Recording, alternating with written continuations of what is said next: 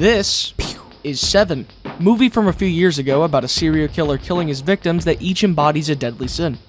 This is Terrifier 2, a 2022 slasher film about a clown serial killer named Art who commits violence just because. It's gross and gory for the sake of it being gory.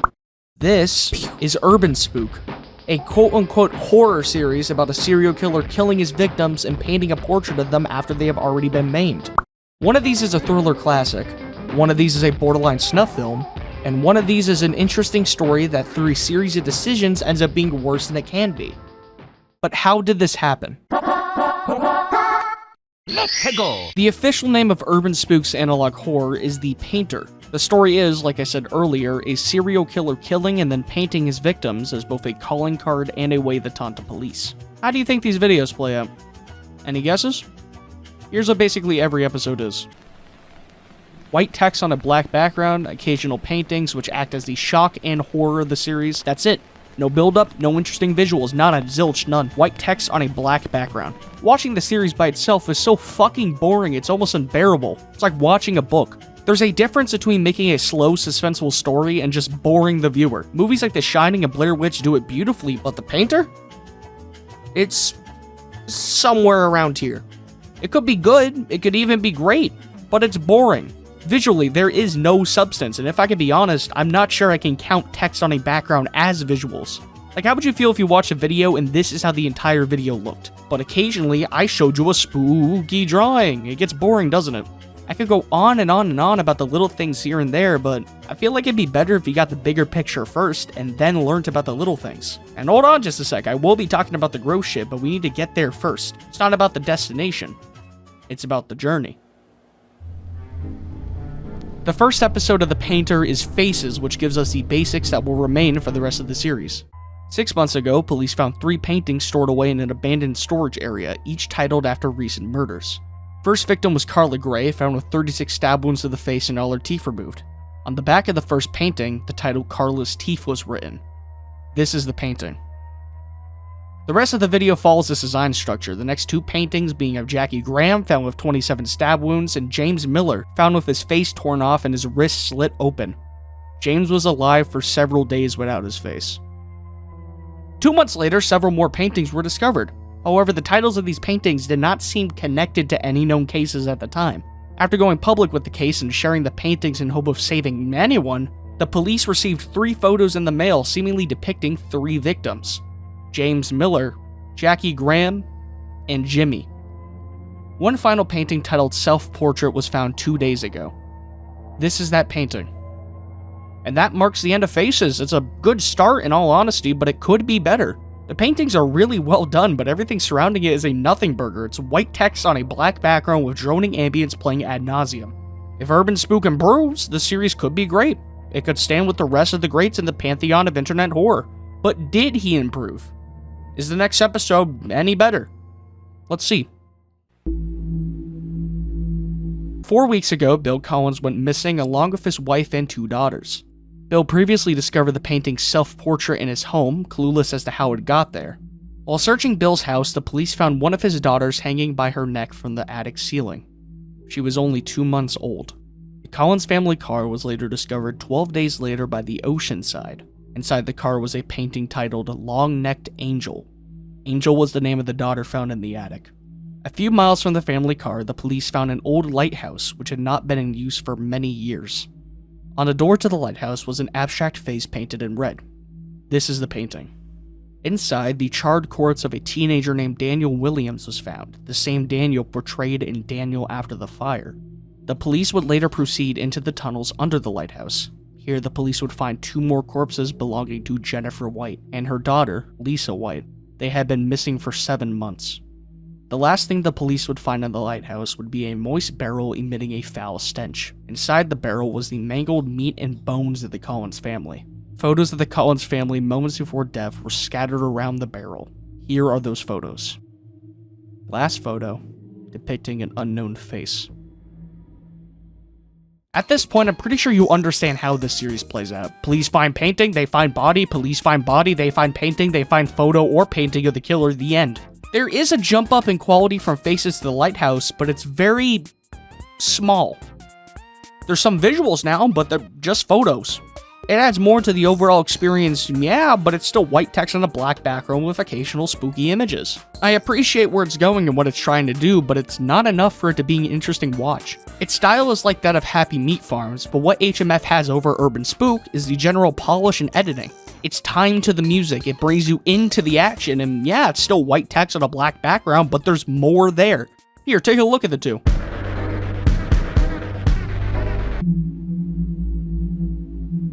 Do you see what I mean? I don't mean to rag on it because yeah, it's cool and all, but it's hard to talk about it without mentioning the glaring flaws in editing at play. I'm not going to talk about the next few episodes, except like 2 that I will get into later, but as it stands now, it's a pretty amateurish series. It's trying to do more than it feasibly can do. I do enjoy the art though, which brings us to our next section. Let's go!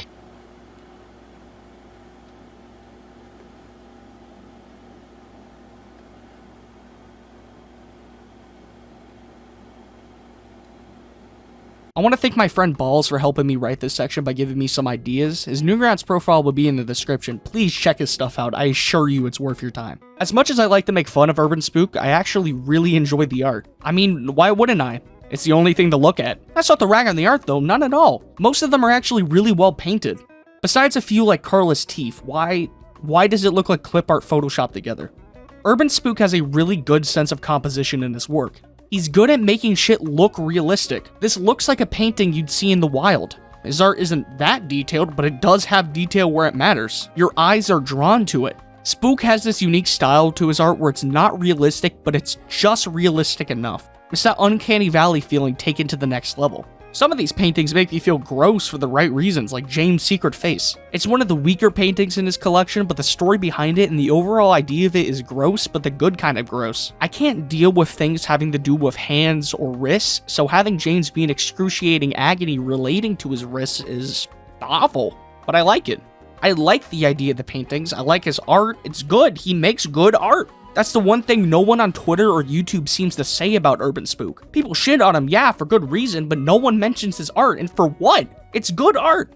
You can still say it's good art without supporting the guy. A painting from a newer video I'll be talking about soon is Ian the Pig. I find this one unique from the rest because, as my friend Ball said, man composed it like a maze that gets you from the arms to the spine, up to the leg, to the face. You gotta be mad good to do that shit well. And he's right. Ian the Pig is a living maze.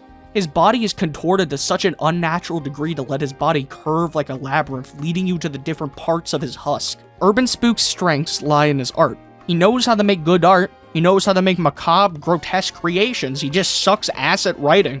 This series was made to promote his art, but because of his poor writing, it ruins what would otherwise be amazing art by proxy. Get his ass out of the writer's room, do not let him cook. If anyone else was writing this series, it could be great. But Urban Spook focuses more on gross art rather than style. Because of the story, it's hard to enjoy the art as much as you could if it was just by itself. I can't enjoy it because it's part of a dogshit story. And I can't go online and say I like Urban Spook's art because of one specific piece of art.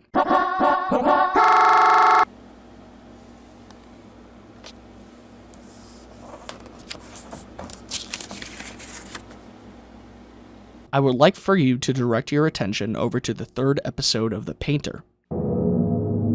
10 days ago, the Beck twins went missing. Corey Beck and Margaret Beck, age 11. 5 days later, their bodies were discovered inside an abandoned paper mill factory.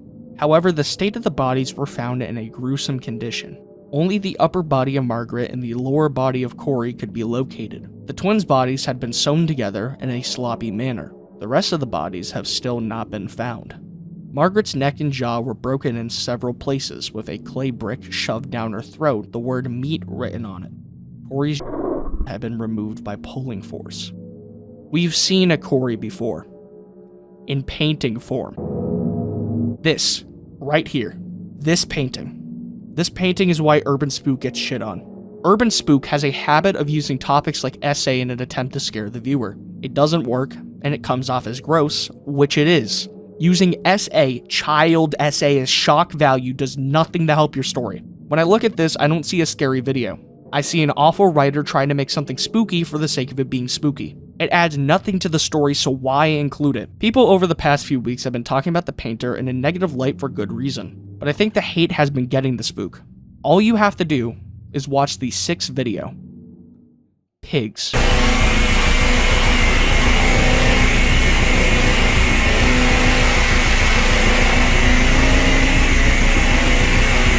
This video feels like a mental break in visual form. I'm going off of opinion here, but I feel like this video was a giant fuck you to everyone that hated Spook series. It's not scary, loud music and jump scares. Spook uses SA as shock value, have a horse high on Viagra fuck someone to death. And while we're at it, why not include an infant becoming a jigsaw? This isn't a joke. Both of these things happen in the video. UrbanSPOOK does not know how to take criticism and would rather go deeper into the hole he dug for himself and act like everything is fine. I want to like UrbanSPOOK, I really do. But everything about this series is awful to such a degree I cannot enjoy anything relating to it. And I like analog horror, I enjoy things people seem to hate, but I can't like it.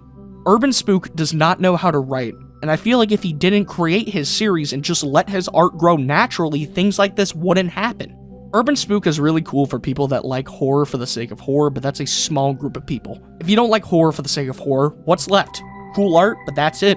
The Painter is one of the most polarizing pieces of media I've ever seen, but it isn't polarizing in a way that benefits the reader or the world around it. It adds nothing, but it also does nothing. If you like it, that's cool. I'm glad you can find enjoyment. I really am, but you are one in a million. If UrbanSPOOK improves his writing or even better, gets someone else to do his story for him, it could turn out better. The Painter could and can be better than it is, but at this point, Spook has already lost all benefit of the doubt in the general populace, and I don't see people thinking of him any differently anytime soon. If somehow UrbanSPOOK himself is watching this, I'm sorry I don't like your series. I want to see you improve, I want to see your work get better, and I hope you take the criticism to heart.